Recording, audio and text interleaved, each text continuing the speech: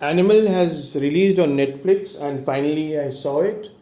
So I didn't find it as much objectionable as it is made out to be. There are problems, of course. The film is bad, of course, with a very bad script. But I think why the film is such a huge hit is one of the reasons is that it's because of Ranbir Kapoor's electric screen presence. He is one of the good actors, stars we have. He gets your adrenaline going, and of course, this crazy director also gets your adrenaline going. Hats off to him. That's one of the qualities of cinema. But what goes in his mind is basically bullshit, the director's mind. The premise of this film is objectionable, which the director explains in the beginning of the film very clearly that males are supposed to hunt and kill, and females are supposed to cook and rear babies.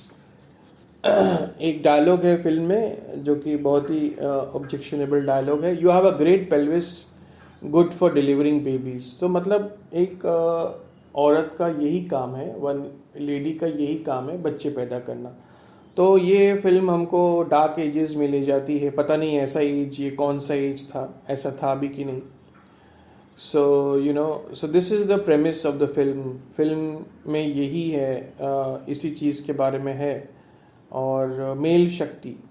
Apart from that, I didn't find the violent behavior of his sister's husband objectionable, as it's the character who's behaving in this manner. It adds to Ranbir's justification of killing his sister's husband later on. A la Godfather, classic Godfather. I don't find the violence objectionable as well, as it's a free country. People should be free to make what they want. But, you know, क्या ये violence, let us not take the violence too seriously. It's like a video game, you know, it's like pulp fiction, it's like a violence in a Tarantino film gone wrong. You see, there is much more violence going on in real life to worry about. Another thing which I found extremely objectionable, which is given that the villain has to be a Muslim all the time in the Bollywood narrative, and the definition of Bollywood, पहले के ज़माने में 80s में होता था कि एक hero का दोस्त होता था जो अपनी जान देता था, वो स्टीरियोटाइप था। अब आजकल क्या स्टीरियोटाइप है कि एक मुस्लिम वो है जो 3 बार शादी करता है, और यहाँ से एक स्टेप आगे जा रहा है, वो तीनों वाइफ के साथ एक साथ सेक्स कर रहा है, एक साथ उसकी पिटाई कर रहा है। तो यू नो, मुस्लिम्स का और भी स्टीरियोटाइप्स है कि they have ethical values, they speak in, suppose the Urdu एक सोशल ड्रामा होता था, वो सब हट गया है, अब ये हो गया है। And I am sure such things will become the rule rather than the exception. So coming back to the script, I told you कि फिल्म का प्रेमिस क्या है, फिल्म इतनी हिट क्यों हुई, और क्या क्या ऑब्जेक्शनेबल लगा मुझे इसमें। और अब आते हैं कि ये स्क्रिप्ट का कोई सर पैर नहीं है ना, कुछ भी हो रहा है फिल्म में। रणबीर का बॉडी डबल हो रहा है, कभी वो कोमा में चला जा रहा है, कभी उसका you know organ is not standing, weird कुछ भी। And then finally he becomes James Bond by sleeping with a mole, apparently because a boyfriend's heart is in him. Yes, picture में हार्ट ट्रांसप्लांट भी है। तो कुछ भी 3.5 घंटे का क्रैप है इसके अंदर। और फिर he has a huge fight with his wife after he makes has sex with another woman, and that is the most MCP moment of the film. क्या है वो कि वो उसको बोलता है कि भाई मैंने ऐसा किया है, अब मुझे माफ़ कर दो। बोलती है यार अगर मैं ऐसा करूँगी तो तुम मुझे माफ़ करोगे? तो बोलते नहीं नहीं, तुम तो ऐसा सोच भी नहीं सकती हो, you know, it's a weird. And then why take revenge, he tells her why take revenge. साला तुम्हारे ज़िंदगी का पूरा लाइफ ही रिवेंज है, your main character's motive is revenge, your whole character is driven by revenge. And suddenly you have a line कि तुमने मेरा खिलौना तोड़ा, मैंने तुम्हारा खिलौना तोड़ा, हा हा हा। क्या मतलब, क्या ही है ये। So, you know, he says, you have forgiven me for murders. So he's just sleeping with a girl. So let her sleep also, na? The issue is not sleeping, but the issue is of the attitude. Then he tells her, I'm going and I might not come back. But you don't get remarried. Okay, height of MCPनेस. अच्छा वो ये नहीं बोला कि सती कर लो. So the problem with these murderers, you know, ये प्रॉब्लम ये है ये फिल्मों में. और एक प्रॉब्लम है कि these murderers are treated as heroes, whereas if you see a series like Pablo Escobar, where violence is glorified, as Escobar is glorified, but at the end of the day he meets a dog's end, you know, which is not there in this case. These guys are made out to be heroes.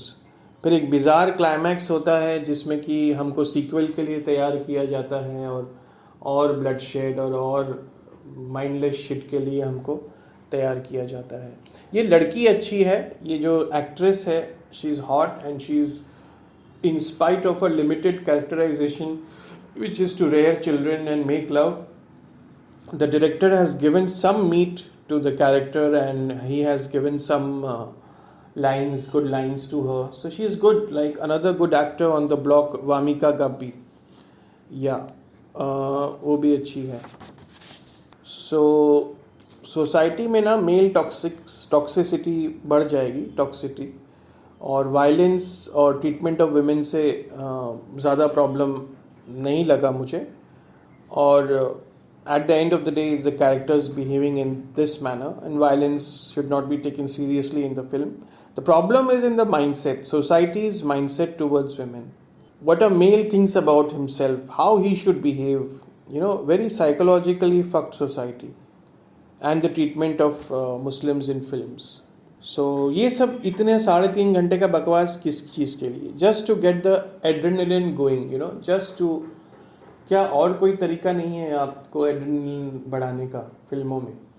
और भी बहुत सारे तरीके हो सकते हैं, but ये director है, इसका माइंड है पूरा ही साइकोलॉजिकली स्क्रूड अप है, तो उसने अपना विजन पेश किया है.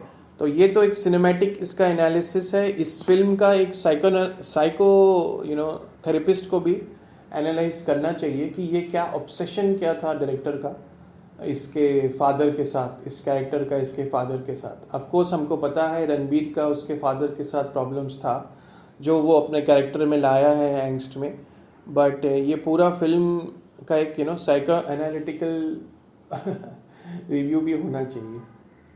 So on that note, I also had fun while watching it, the first half at least, just for the fun's sake. Like it's pulp, you know, it's not to be taken so seriously. It's like a comedy. It's like a violent comedy, I could say. But बहुत सारी चीज़ें objectionable है और it's basically बाद में एक torture के रूप में वो और आपको डिस्टर्ब कर दे सकता है. ये ऐसा फिल्म है ना, बहुत ही गंदा असर होगा आपके. और सारे बच्चे, मैं अभी एक छोटा सा गांव गया था गुजरात में, सारे बच्चे इसके गानों पे और अबरार की एंट्री पे डांस कर रहे थे. तो आई डोंट नो अभी क्या है, किस तरफ जा रहे हैं हम.